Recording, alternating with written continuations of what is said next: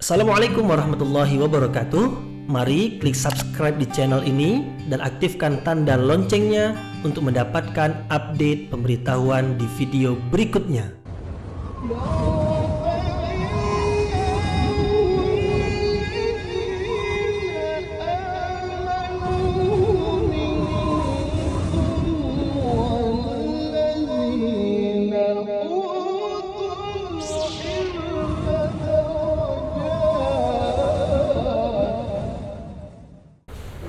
A'udzu billahi minasyaitonir rajim. Bismillahirrahmanirrahim. Assalamualaikum warahmatullahi wabarakatuh. Alhamdulillahirabbil alamin wa bihi nasta'inu ala umurid dunya waddin. Nasta'inuhu wa nastaghfiruh wa na'udzu billahi min syururi anfusina wa min sayyiati a'malina. فَمَنْ يَهْدِ اللَّهُ فَلَا مُضِلَّ لَهُ وَمَنْ يُضْلِلْ فَلَا هَادِيَ لَهُ أَشْهَدُ أَنْ لَا إِلَهَ إِلَّا اللَّهُ وَحْدَهُ لَا شَرِيكَ لَهُ وَأَشْهَدُ أَنَّ مُحَمَّدًا عَبْدُهُ وَرَسُولُهُ لَا نَبِيَّ بَعْدَهُ أَمَّا بَعْدُ. Kita bersyukur kepada Allah Subhanahu wa taala yang masih melimpahkan rahmat dan nikmat-Nya. Kita bersyukur dengan mengucapkan Alhamdulillahirabbil alamin.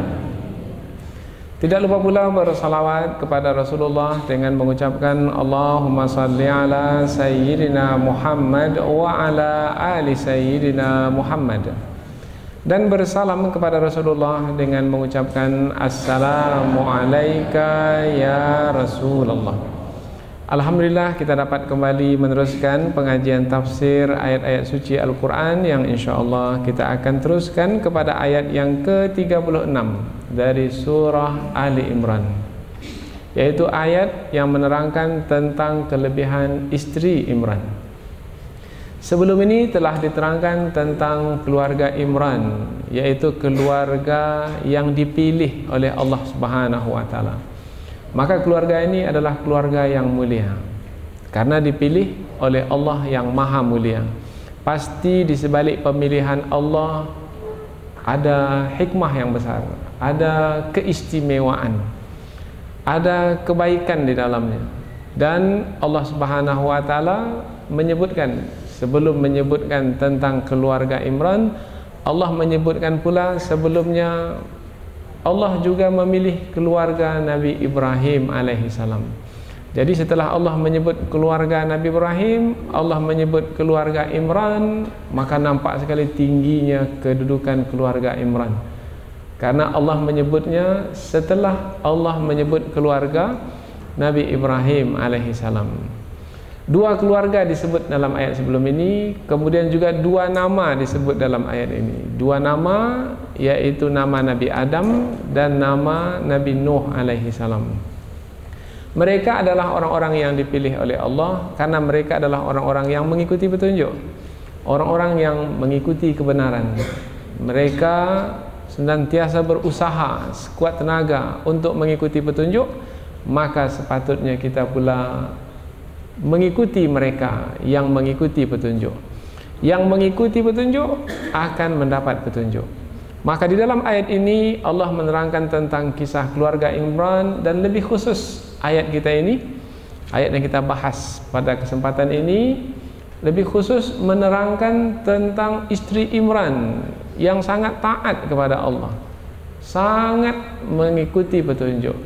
Nah, sepatutnya kita mencontoh istri Imran ini. Ini khusus dari kalangan para wanita, ibu-ibu, dan juga dari kalangan laki-laki, yaitu umpamanya istri Imran ini orang yang dekat kepada Allah. Maka sepatutnya kita, baik laki-laki ataupun perempuan, juga hendaknya dekat kepada Allah seperti istri Imran dekat kepada Allah. Kedekatan istri Imran di dalam ayat ini diterangkan pertama dengan sedih karena harapannya untuk melahirkan anak laki-laki tidak menjadi kenyataan. Harapannya ingin anak yang lahir itu laki-laki sehingga bisa dinazarkan untuk Baitul Maqdis, tidak menjadi kenyataan. Sedih karena tidak dapat melakukan ketaatan. Itu adalah akhlak yang mulia. Nah, sepatutnya kita pula pada hari ini juga hendaknya sedih kalau harapan untuk melakukan kebaikan tidak menjadi kenyataan. Kita ingin bersedekah tapi tak punya uang, mesti sedih. Kita mau mengikuti pengajian tapi badan lemah, sedih. Nah, sedih itu adalah akhlak mulia. Nah, kesedihan-kesedihan disebabkan karena harapan ingin melakukan ketaatan tidak menjadi kenyataan, itu adalah akhlak mulia. Itu ditunjukkan oleh istri Imran dahulu. Nah, seperti itu pula lah hendaknya kita pada hari ini, yaitu merasa sedih kalau tidak dapat melakukan ketaatan kepada Allah. Kemudian juga nampak kedekatan istri Imran melalui ayat ini dengan memilih nama anak dengan nama yang terbaik, yaitu istri Imran ini memilih nama anaknya dengan Maryam. Maryam itu maknanya adalah pelayan Tuhan atau yang beribadah kepada Allah. Nah, apabila memberi nama anak dengan nama yang begitu istimewa, menunjukkan bahwasanya yang memberi nama anak itu adalah orang yang dekat kepada Allah, orang yang taat kepada Allah.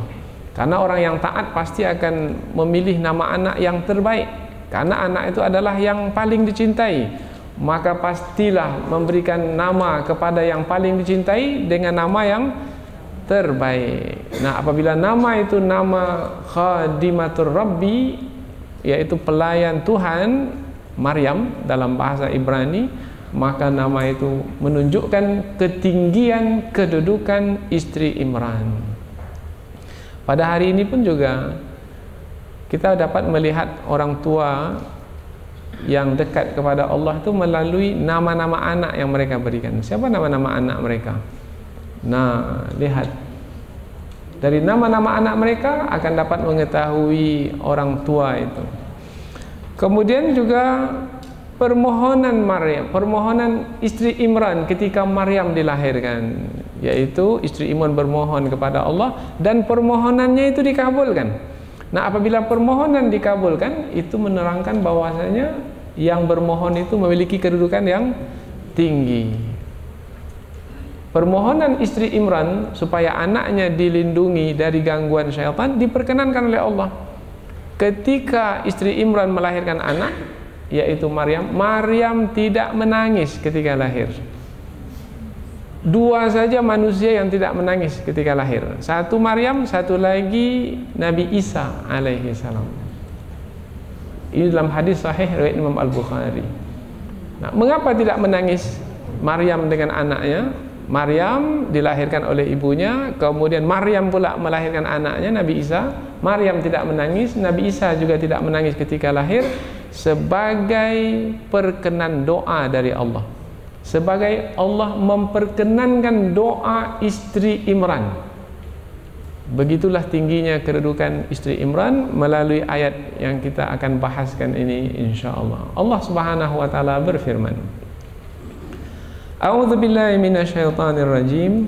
Falamma wada'atha qalat Rabbi inni wada'tuha untha wallahu a'lamu bima wada'at wa laysa adh-dhakaru kal untha wa inni sammaytuha Maryam wa inni u'idzuha bika wa dhurriyyataha minasyaitonir rajim.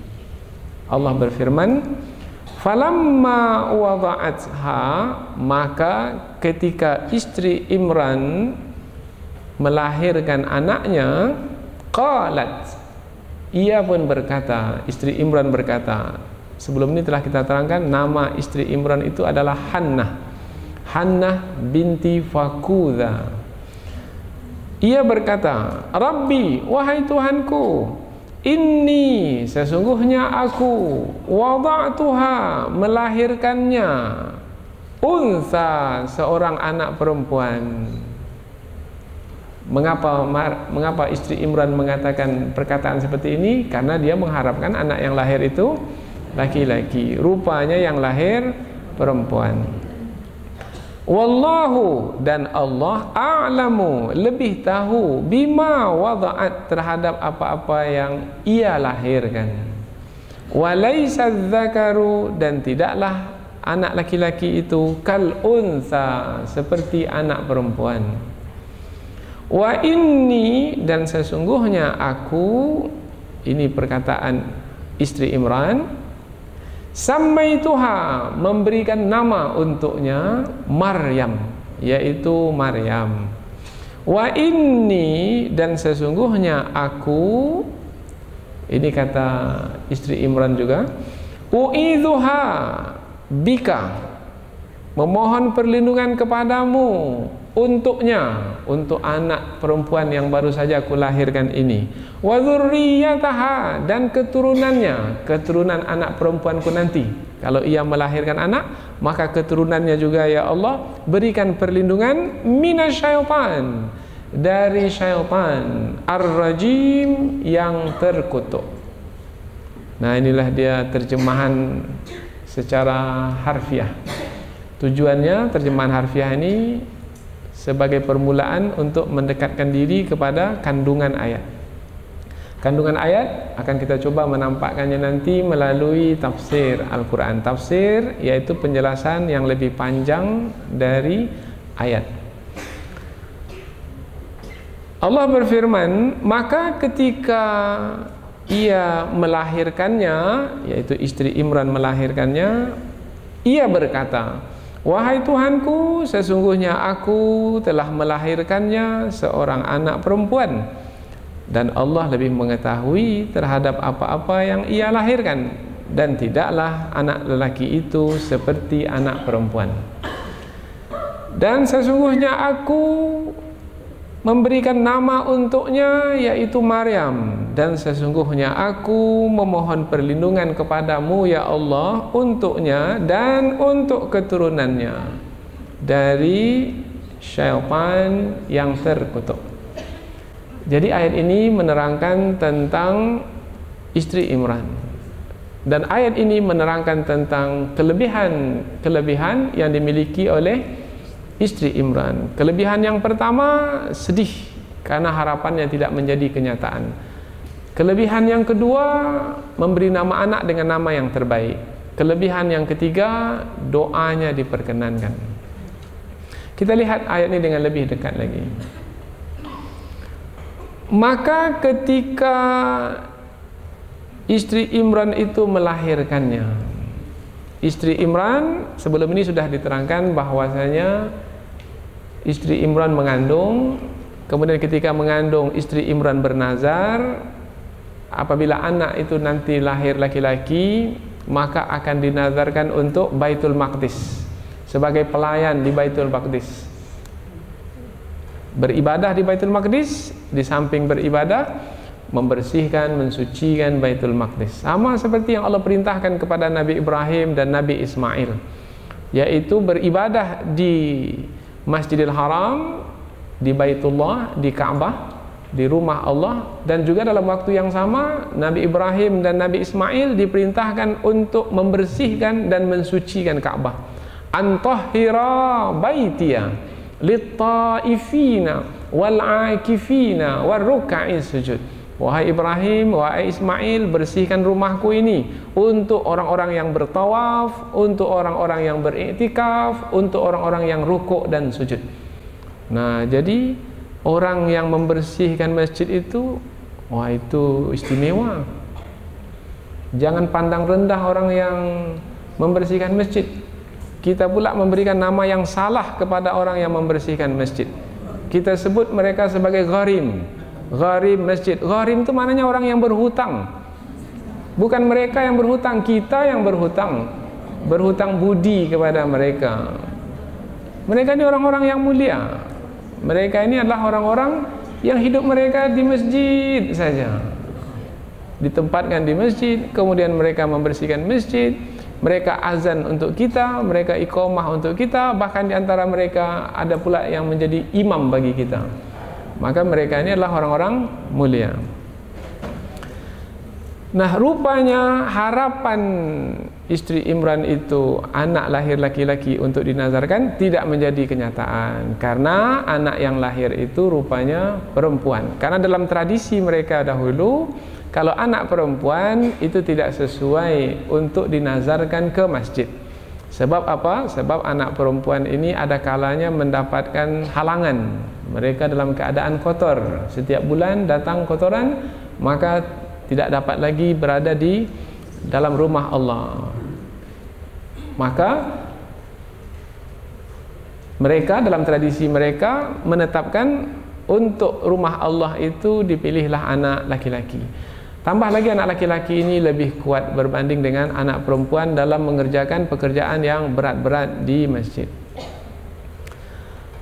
Qalat, istri Imran berkata ketika melahirkan anak, nampak anak itu perempuan, maka istri Imran pun menyeru Allah, Rabbi, wahai Tuhanku, inni wada'tuha untha, sesungguhnya aku melahirkannya, yaitu seorang anak perempuan. Jangan difahami istri Imran ini mengatakan ini umpamanya kecewa, tidak. Jangan memahami istri Imran ini menjadi tidak suka, tidak. Karena istri Imran ini seorang yang dekat dengan Allah, taat kepada Allah, suka apapun yang Allah tetapkan ke atas dirinya, suka, akan menerimanya, akan redha. Kemudian istri Imran ini ketika mengatakan sesungguhnya aku melahirkannya anak perempuan, menerangkan kesedihan.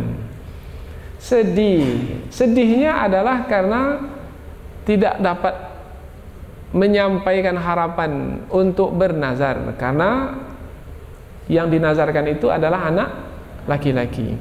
Tapi nanti dalam ayat berikutnya, meskipun istri Imran itu melahirkan anak perempuan, Allah pun juga menerima anak perempuan darinya.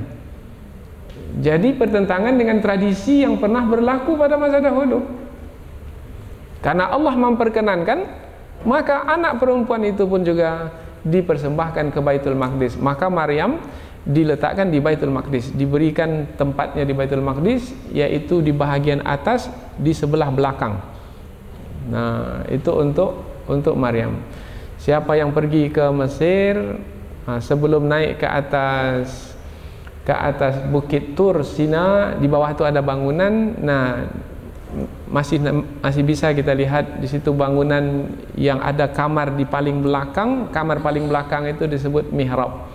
Nah, seperti itu juga lah yang ada di Baitul Maqdis di Palestina, yaitu ada kamar paling belakang. Jadi apabila paling belakang, maka dia terpisah dari tempat ibadah. Tapi masih lagi dalam kawasan masjid. Nah, itu nanti kita ceritakan dalam ayat yang akan datang. Sekarang ini menerangkan bahwasanya istri Imran itu sedih karena anak yang dilahirkan perempuan. Bagaimana anak perempuan? Tak bisalah dinazarkan ke Baitul Maqdis. Tapi rupanya Allah terima juga nazarnya itu, meskipun anak yang dilahirkan itu anak perempuan. Mengapa mengatakan sesungguhnya aku melahirkan anak perempuan ya Allah? Menerangkan kesedihannya. Jangan-jangan nanti harapannya itu tidak menjadi kenyataan. Karena orang yang taat kepada Allah, orang yang dekat kepada Allah, apabila harapan ingin melakukan kebaikan tidak menjadi kenyataan, maka menjadi sedih. Contoh pada masa Rasulullah dahulu, ada orang-orang miskin yang datang kepada Rasulullah minta dibawa pergi berperang. Dia miskin, tidak ada kendaraan untuk pergi berperang.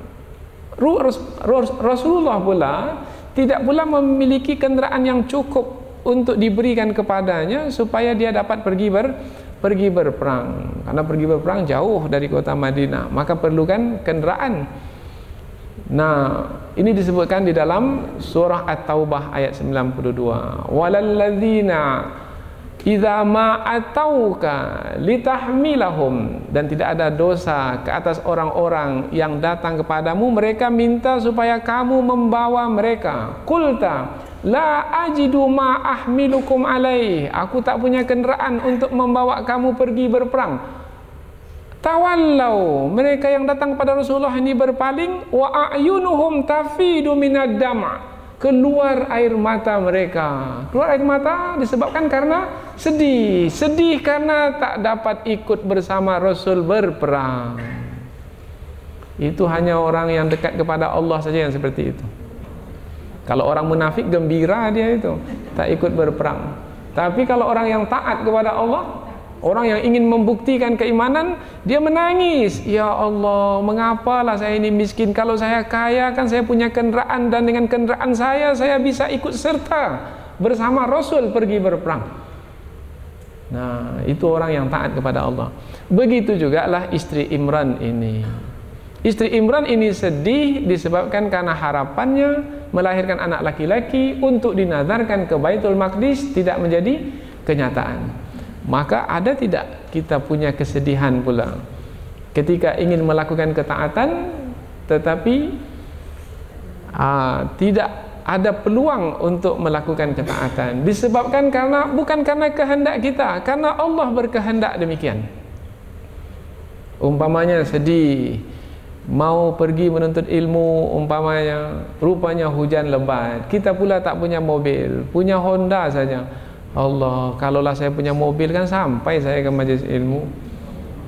Nah, sedih. Bukan sedihnya karena dia hanya punya Honda, tidak. Bukan sedihnya karena kebendaan, sedihnya karena tidak dapat melakukan ketaatan. Itu sedihnya. Sedih sekali.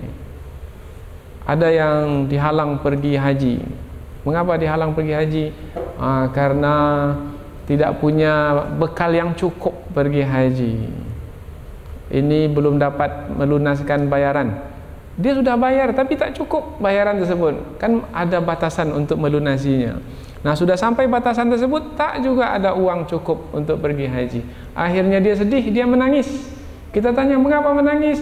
Uang tak cukup untuk pergi haji, padahal jatah saya tahun ini. Nah, sedihnya itu sedih menunjukkan dia dekat dengan Allah. Sebab dia tidak ada uang, sehingga terhalanglah ia untuk melakukan ketaatan. Di sana ada orang punya uang banyak tapi tak juga melakukan ketaatan. Itu tercela. Sudah punya kemampuan tapi tidak melakukan ketaatan. Sementara ada orang yang tidak punya kemampuan, tak dapat melakukan ketaatan, dan dia sedih, itu kedudukannya lebih tinggi dari yang satu lagi. Maka kita ini termasuk yang mana ini? Nah, semestinya sedih apabila kita tidak dapat melakukan ketaatan-ketaatan karena halangan-halangan. Yang halangan itu bukan karena kita, karena Allah yang menetapkannya demikian. Seperti Maryam, karena Allah, seperti istri Imran, karena Allah yang menetapkannya demikian. Apakah dalam kehendak manusia memilih anak laki-laki, anak perempuan? Tidak. Anak laki-laki, anak perempuan adalah atas kehendak Allah. Dengan takdir Allah, Allah berikan anak perempuan kepada istri Imran. Istri Imran sedih. Nah, sedih itulah yang menerangkan tentang kelebihan istri Imran sebagai hamba yang dekat kepada Allah. Ini yang pertama. Wallahu a'lamu bima wada'at, dan Allah lebih mengetahui tentang apa-apa yang ia lahirkan. Ini bukan perkataan istri Imran. Ini disebut sebagai ayat yang berada di pertengahan. Jadi ada perkataan istri Imran. Perkataan istri Imran itu adalah inni wada'tuha untha, kemudian langsung wa inni samaituha Maryam, dan sampai ke akhir ayat. Nah, adapun wallahu a'lamu bima wada'at wa laysa dzakaru kal untha, ini bukan dari perkataan istri Imran, bukan. Nah, ayat ini, ayat yang berada di pertengahan ini adalah ayat yang menerangkan tentang perkara apa yang mau diterangkan, yaitu perkara bahwasanya Allah mengetahui tentang apa-apa yang dilahirkan oleh istri Imran itu. Jadi kalau Allah mengetahui, bukan bermakna istri Imran itu tidak redha dengan apa yang Allah tetapkan, tidak. Tapi istri Imran itu menerangkan kepada Allah bahwasanya anakku ini perempuan, ya Allah. Tetapi Allah mengetahui memang anaknya itu perempuan. Bukan bermakna istri Imran ini memberitahukan kepada Allah. Tidak, Allah sudah tahu. Tak mungkin istri Imran memberitahukan kepada Allah yang maha mengetahui. Jadi ketika Allah menyebut wallahu a'lamu bima wada'at, dan Allah lebih mengetahui apa yang ia lahirkan, maksudnya Allah maha mengetahui apa yang ia lahirkan itu pasti ada hikmah di sebaliknya. Atau dengan bahasa yang lain, pasti ada perencanaan lain dari Allah. Yang perencanaan Allah itu lebih tinggi nilainya dari apa yang difahami oleh istri Imran itu. Yang difahami oleh istri Imran, anak laki-laki diserahkan ke Baitul Maqdis. Tetapi Allah pula berkehendak, oh tidak, anakmu perempuan juga dipersembahkan ke Baitul Maqdis, tapi nanti ku inginkan dari anakmu itu akan lahir seorang anak pula yang menjadi penutup sekalian nabi dari kalangan Bani Israel. Istimewa karena anak yang akan dilahirkan oleh Maryam itu nanti adalah anak yang lahir dengan kun fayakun. Ada anak lahir karena hukum sebab akibat. Ada ibu, ada ayah. Lahir anak, itu anak lahir dengan hukum sebab akibat. Tetapi Maryam melahirkan anak, atau Nabi Isa dilahirkan bukan dengan hukum sebab akibat, tapi dilahirkan dengan kun fayakun, atau dengan bahasa lain dengan kuasa mutlak Allah Subhanahu wa taala. Kalau dilahirkan dengan kuasa mutlak Allah, bermakna di dalamnya ada keistimewaan. Maka seakan-akan Allah menyampaikan kepada istri Imran, Allah mengetahui kamu melahirkan anak perempuan. Allah ingin anak perempuanmu itu melahirkan anak yang nanti ia akan melahirkan anak dengan cara yang istimewa, yaitu melalui kuasa Allah yang mutlak. Kuasa mutlak ini dalam bahasa Inggrisnya absolute. Maknanya tidak tunduk kepada hukum sebab akibat. Kalau tidak tunduk kepada hukum sebab akibat, bermakna nampak sekali tanda kekuasaan Allah di situ. Apabila nampak sekali tanda kekuasaan Allah di situ, maka tinggilah kedudukan. Nampak tanda kekuasaan Allah di Maryam, tinggi kedudukan Maryam. Apabila tinggi kedudukan Maryam, menerangkan tingginya kedudukan yang melahirkan Maryam, yaitu istri Imran. Dan juga akan menerangkan tingginya kedudukan anak yang dilahirkan oleh Maryam, yaitu Nabi Isa alaihissalam. Kemudian lanjutannya, kalau kaitan dengan ayat-ayat yang telah kita bahas, meskipun demikian tingginya kedudukan Nabi Isa yang dilahirkan dari Maryam, tetapi ia tetap sebagai hamba Allah, jangan sekali-kali dijadikan sebagai anak Tuhan. Karena yang menyebabkan orang-orang Kristen menuhankan Nabi Isa adalah karena Nabi Isa dilahirkan tanpa ayah. Kononnya ada Tuhan Bapa yang di surga yang menghendaki anak dilahirkan ke dunia. Itu adalah pembohongan dan itu adalah kesesatan. Jadi Allah terangkan tentang keistimewaan kelahiran Nabi Isa alaihissalam, bahkan kelahiran ibundanya. Tetapi meskipun kelahirannya itu istimewa, tidaklah membawanya kepada kedudukan yang lebih dari kedudukan manusia biasa sehingga dituhankan pula. Tidak. Nah, ini perencanaan dari Allah. Jadi nilainya sangat tinggi sekali. Wallahu a'lamu bima wada'at. Dan Allah lebih mengetahui terhadap apa-apa yang dilahirkan oleh istri Imran itu. Walaysa dzakaru kal unsa. Memang laki-laki itu tidak sama dengan perempuan. Dari sisi jenisnya memang tidak sama. Tapi jangan pula difahami kalau tak sama bermakna yang satu lebih tinggi dari yang lain atau yang satu lebih rendah dari yang lain. Ini kaitannya bukan tinggi rendah di sini. Ini kaitannya dengan jenis.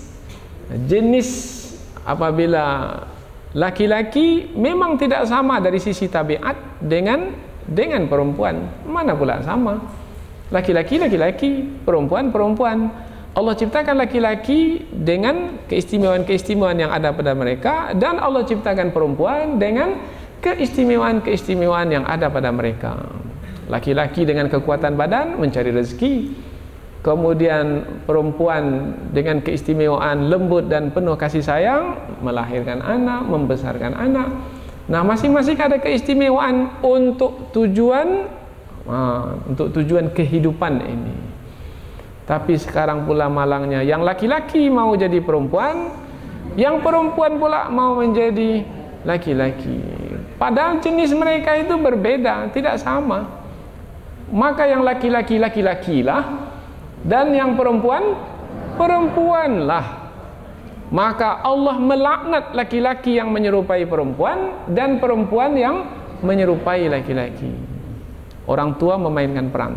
Kalau anak kita laki-laki, beri pakaian laki-laki dan didik, besarkan dia sebagai anak laki-laki. Kalau memang anak kita anak perempuan, maka beri pakaian perempuan dan didik anak perempuan sebagai anak perempuan. Karena pada hari ini kita lihat dikatakan laki-laki tidak, dikatakan perempuan pun tidak, dan tak ada jenis yang ketiga, dua saja jenis manusia. Kalau tak laki-laki, perempuan. Kemudian mengapa ditakdirkan anak istri Imran ini perempuan? Kaitannya bukan dengan fisik badan, karena kalau dikatakan dengan fisik badan, tentulah Allah menetapkan laki-laki untuk dipersembahkan ke Baitul Maqdis, karena dia akan tetap suci, kemudian badannya lebih kuat untuk memelihara dan menjaga Baitul Maqdis. Nah, ketika Allah mentakdirkan anak istri Imran ini, istri Imran ini melahirkan anak perempuan, maka bukan kaitannya dengan fisik, bukan kaitannya dengan badan, tapi kaitannya dengan kesucian jiwa, kaitannya dengan kebersihan hati. Nah, kebersihan hati, kesucian jiwa ini bukan milik laki-laki atau milik perempuan, bukan kaitannya dengan kelaki-lakian atau keperempuanan, tidak. Ini bagi siapa yang mendekatkan diri kepada Allah, baik itu laki-laki ataupun perempuan, maka akan bersihlah hatinya, akan sucilah jiwanya. Maka Allah tetapkan bahwasanya anak istri Imran ini melahirkan anak yang bersih hatinya, yang suci jiwanya, maka lebih patut untuk berada di rumah Allah, di Baitul Maqdis. Nanti kita akan bahaskan pula bahwasanya Maryam diletakkan di Baitul Maqdis dan nanti akan dijaga dan dipelihara oleh Nabi Zakaria alaihissalam. Nanti akan sampai masanya. Memang laki-laki tidak sama dengan perempuan, dan setiap ciptaan Allah itu ada keistimewaannya. Wa inni samaituha Maryam, dan sesungguhnya aku memberikan nama kepadanya yaitu Maryam. Jadi siapa yang memberi nama anak? Istri Imran itu sendiri. Nah, jadi boleh seorang ibu memberikan nama untuk anaknya, boleh. Dia bukan hak seorang bapak saja. Karena kita dengar hari ini si bapak yang memberi nama untuk anak, boleh. Seorang ibu punya hak juga, boleh. Yang penting adalah bukan siapa yang memberi nama anak, yang penting adalah nama anak itu. Nama anak itu yang penting. Apalagi nanti kita ketika dibangkitkan, kita ini akan dipanggil dengan nama-nama kita. Maka kalau nama kita baik, senang kita karena dipanggil dengan nama yang baik. Tapi kalau namanya buruk, apalagi nama musuh. Karena ada pula orang beri nama anaknya dengan nama musuh. Siapa nama musuhnya? Nah, diberi nama anak nama musuh. Ini keterlaluan sekali, sangat buruk sekali. Ini karena tidak memahami. Karena musuh itu jadi presiden di satu negara yang besar. Ini presiden negara besar ini, maka diberilah nama anak dengan nama presiden tersebut. Padahal negara tersebut negara yang memusuhi umat Islam, yang memerangi umat Islam. Dia pula berbangga dengan nama tersebut. Nah, kalau ada nama seperti itu, ganti saja. Boleh mengganti nama yang buruk? Boleh. Karena Rasulullah pun melakukannya. Rasulullah mengganti nama sahabat yang tidak baik kepada nama yang baik. Boleh. Kemudian sembelihkan 1 ekor kambing, bersyukur karena nama yang buruk sudah diganti dengan yang baik. Wa inni samaituha, dan sesungguhnya aku memberikan nama untuknya Maryam. Nah, apabila istri Imran memberi nama Maryam, ini menerangkan tentang tingginya kedudukan istri Imran, karena nama yang diberikan kepada anaknya itu nilainya atau kandungannya sangat tinggi sekali, karena maknanya adalah khadimatur Rabbi. Maryam itu maknanya pelayan Tuhan. Kalau bahasa Arabnya sekarang ini Abdullah. Nama yang paling disukai oleh Rasulullah adalah Abdullah atau Abdurrahman. Maka ramai nama orang Abdullah, Abdurrahman. Nah, apabila kita lihat ada orang tua yang berikan nama anaknya dengan Abdullah, Abdurrahman, itu menerangkan tentang kedekatan orang tua tersebut dengan Allah Subhanahu wa taala, karena mempertimbangkan apa yang Allah sukai, apa yang Rasulullah sukai. Nah, Abdullah, Abdurrahman. Bahkan ada di antara orang tua memberi nama anak pangkalnya dengan Muhammad, Muhammad Ali, Muhammad Syafiq, Muhammad Ilham. Nah, Muhammad ini tak mau ditinggalkan. Meskipun susah nanti masuk ke negara-negara musuh Islam, tapi dia letak juga nama Muhammad. Nah, kalau seperti ini orang tua, wah, ini menampakkan orang tua yang dekat dengan Allah Subhanahu wa taala. Dia tak peduli apa nanti sikap musuh terhadap anaknya, karena nama ini pun dipermasalahkan juga oleh musuh. Tengok paspor, oh nama ini berat nampaknya untuk masuk ke sini. Ada begitu. Tapi jangan takut. Beri nama anak, nama-nama yang gagah-gagah. Ingin anak kita jadi pejuang, beri nama anak Mujahid. Orang pejuang. Nanti dia punya paspor nama Mujahid. Wah, musuh pun takut dibuatnya nih, Mujahid.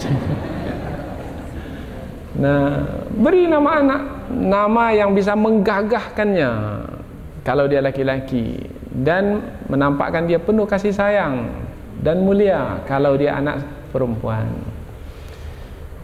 Beri nama anak yang terbaik. Wa inni samaituha Maryam, dan sesungguhnya aku memberikan nama untuknya yaitu Maryam. Ada yang memberikan makna Maryam itu sebagai pelayan Allah, ada juga yang memberi makna sebagai ahli ibadat. Nah, kedua-duanya maknanya adalah baik. Wa inni u'idzuha bika, dan sesungguhnya aku memohon perlindungan kepadamu ya Allah. Ini doa Maryam ketika anak sudah dilahirkan. Anak sudah lahir, sudah diberi nama, kemudian Maryam pun berdoa. Istri Imran pun berdoa. Istri Imran berdoa, ya Allah, aku memohon perlindungan kepadamu supaya melindungi anakku ini yang ku beri nama Maryam ini. Lindungilah ya Allah. Karena istri Imran mengetahui apabila telah diberikan anak, maka anak ini adalah amanah.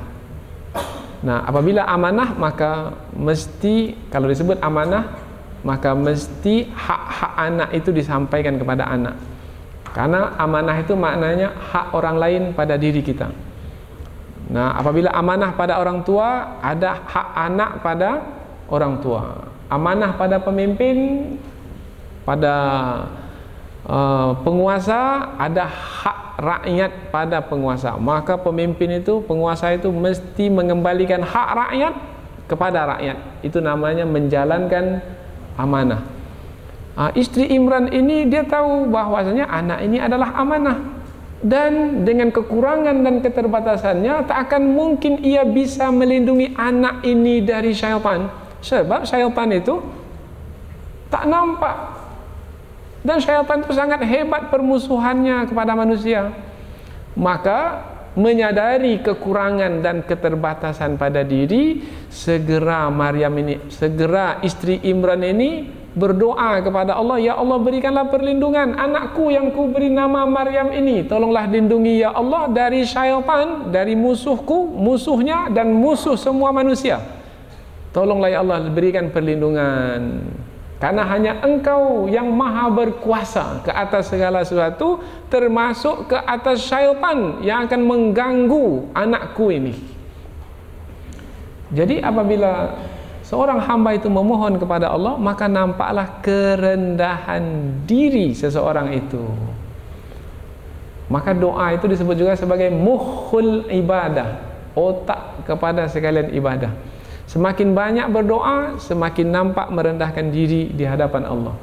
Orang yang jarang berdoa, itu orang yang mungkin merasa dia bisa menyelesaikan masalah hidupnya dengan dirinya sendiri. Kalau seperti itu, maka dia adalah seorang yang angkuh dan sombong. Padahal manusia tidak akan mampu untuk menjalankan hidupnya dengan dirinya sendiri, karena dirinya itu memiliki sifat kekurangan. Kita saja bangun pagi, Allah yang bangunkan. Kalau Allah tak bangunkan, tak bangun. Ada tak orang yang bangun dengan dirinya sendiri? Saya mau bangun. Tak ada. Allah bangunkan. Untuk tidur pun Allah yang menidurkan. Ada yang tidur dengan dirinya sendiri? Saya mau tidur. Langsung tidur? Tidak. Allah yang tidurkan. Maka doa kita, bismika, dengan pertolonganmu ya Allah. Tanpa Engkau tolong, hamba tidak akan mungkin ahya wa amud, tidak akan mungkin bangun, tidak akan mungkin tidur. Jadi dengan pertolongan Allah bangun, dengan pertolongan Allah tidur, maka berdoa. Orang yang berdoa itu orang yang merendahkan diri di hadapan Allah yang maha tinggi. Istri Imran berdoa ketika anak lahir, hamba ini ya Allah tidak punya kemampuan untuk melindungi anak ini dari gangguan syaitan, hanya Engkau, maka hamba berdoa kepadamu ya Allah, inni u'idzuha bika wa dzurriyyataha minasyaitonir rajim. Aku memohon perlindungan kepadamu ya Allah untuk melindungi anakku ini. Tapi tak cukup dengan anak, istri Imran pula berdoa lagi, dan keturunannya nanti ya Allah. Padahal ketika itu anak baru lahir, anak baru lahir, tapi sudah berdoa untuk keturunan anak yang baru lahir. Bermakna istri Imran ini jauh ke depan. Dia bukan hanya ingin mendapatkan kebaikan-kebaikan yang di depan mata, tetapi juga ingin mendapatkan kebaikan yang berterusan pada masa yang akan datang. Allahu Akbar. Lihat hebat istri Imran ini. Inni u'idzuha bika wa dzurriyyataha, dan keturunannya minasyaitonir rajim, dari syaitan yang terkutuk. Syaitan dikatakan syaitan sudah kita terangkan dahulu dari perkataan syaitana. Syaitana maknanya jauh. Syaitan dikatakan syaitan karena makhluk ini jauh dari kebaikan. Kerjanya hanya membawa manusia kepada keburukan, menyesatkan manusia, memperdaya manusia, menipu manusia. Maka syaitan dikatakan syaitan karena jauh dari kebaikan. Manusia kalau jauh dari kebaikan maka disebut juga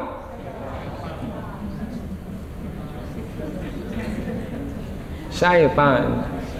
Maka sebutan syaitan bukan hanya kepada bangsa jin, sebutan syaitan juga kepada bangsa manusia yang jauh dari kebaikan. Alladzi waswisu fi sudurin nas minal jinnati wan nas, yang membisikkan ke dalam dada manusia dari kalangan jin dan manusia. Syayatinul jinni wal ins, syaitan-syaitan dari kalangan jin dan manusia. Jadi syaitan disebut syaitan karena dia jauh dari kebaikan. Ar-rajim, ar-rajim maknanya adalah yang terkutuk. Sebenarnya makna ar-rajim ini adalah yang dilaknat, yang dijauhkan dari rahmat Allah Subhanahu wa taala. Syaitan disebut syaitan yang rajim, yang terkutuk karena telah dijauhkan dari rahmat Allah. Syaitan akan dikekalkan dalam api neraka selama-lamanya, jauh dari rahmat Allah, disebabkan karena Allah perintahkan untuk bersujud kepada Nabi Adam, tetapi ia tidak mau, enggan, kemudian menyombongkan diri. Dengan keengganan, dengan kesombongannya itu, kemudian dia tidak mau menjalankan perintah Allah, jadilah dia ar-rajim, yaitu yang terkutuk, yang dijauhkan dari rahmat Allah. Dan kita pula apabila melakukan ketaatan, kita pula apabila sebagai hamba yang baik, pasti syaitan yang ar-rajim ini akan mengganggu kita, menggoda kita. Kita mau baca Quran, kita buat baik. Kita seorang hamba yang baik, berbuat baik, membaca Quran, pasti syaitannya akan datang. Begayutlah dia di mata kita. Baru baca 2-3 baris saja sudah mengantuk. Baca Quran berhalaman-halaman tak mengantuk. Baca Al-Quran mengantuk. Maka sebelum membaca Al-Quran, mohon perlindungan. A'udzubillahi minasyaitonir rajim. Maka bila kamu diganggu oleh syaitan, digoda oleh syaitan, sehingga dapat menghalangmu dari melakukan kebaikan, maka cepatlah beristi'azah. Isti'azah maknanya a'udzubillahi minasyaitonir rajim. Istri Imran beristi'azah. Jadi ketika anak itu lahir, sudah diberi nama, beristi'azah, mohon perlindungan.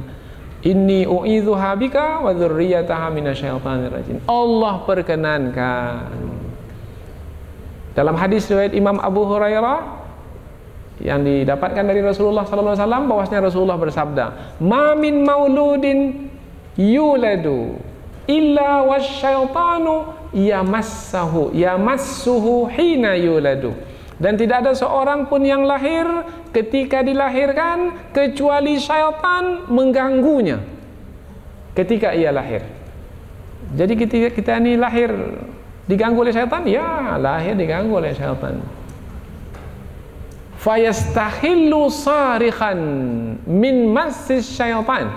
Maka seseorang itu ketika lahir dia pun menangis, dan dia menangis itu disebabkan karena gangguan syaitan. Jadi semua kita menangis. Mengapa menangis? Karena syaitan mengganggu kita. Bahkan pada hari ini pula, kalau anak itu tidak menangis, lahir ditepuk pula badannya supaya menangis. Berarti itu ada hikmah yang lain lagi, yaitu hikmahnya untuk menandakan anak yang lahir menangis itu sehat. Nah, tapi melalui hadis ini, bukan hanya menangis itu tanda sehat, tetapi menangis itu juga adalah karena hadis ini menjelaskannya, karena juga diganggu oleh syaitan. Artinya apa? Ada pesan dari Allah bahwasanya kamu wahai orang tua, semenjak anakmu lahir itu, anakmu itu sudah menjadi sasaran syaitan. Jaga baik-baik. Itu kira-kira pesannya lah. Tuh anakmu menangis, itu disebabkan karena gangguan syaitan. Syaitan telah menjadikan anakmu itu sebagai sasaran mulai dari kelahirannya. Jaga baik-baik. Demikian kira-kira pesannya. Kita pula tak memahami pesan itu. Yang kita fahami, anak saya menangis, alhamdulillah sehat badannya. Sehatnya itu yang difahami. Semestinya yang difahami, ini adalah amanah besar, karena saya mesti menjaga anak saya dari gangguan syaitan. Dan ada 2 anak saja yang tidak menangis ketika lahirnya, illa Maryama wa benaha, kecuali Maryam, yaitu anak yang dilahirkan oleh istri Imran, wa benaha, dan anak Maryam yaitu Nabi Isa alaihi salam. Kemudian Abu Hurairah mengatakan, lanjutan dari hadis ini diriwayatkan oleh Imam Al-Bukhari. Iqra'u ma syi'tum. Kalau kamu mau tahu silahkan baca, kata Abu Hurairah radhiyallahu anhu.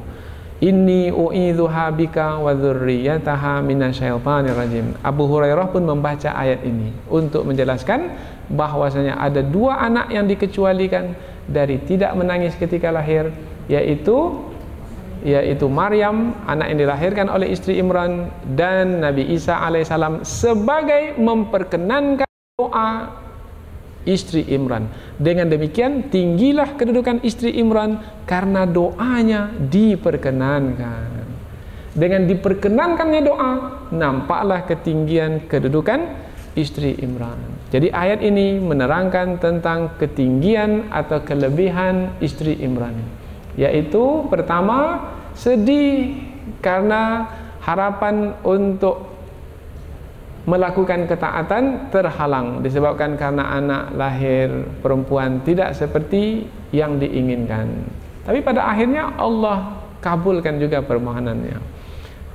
Itu menunjukkan kelebihan istri Imran. Dan yang kedua adalah memberikan nama anak dengan nama yang sangat dan paling baik, menerangkan tentang kelebihan istri Imran. Dan terakhir, doa istri Imran diperkenankan oleh Allah. Mudah-mudahan Allah Subhanahu wa taala memberikan karunia pula kepada kita sehingga kita ini dapat pula mengikuti jejak istri Imran yang dekat dan hampir dengan Allah Subhanahu wa taala. Subhanakallahumma wa bihamdika asyhadu an la ilaha illa anta wa astaghfiruka wa atubu ilaik. Wassalamualaikum warahmatullahi wabarakatuh.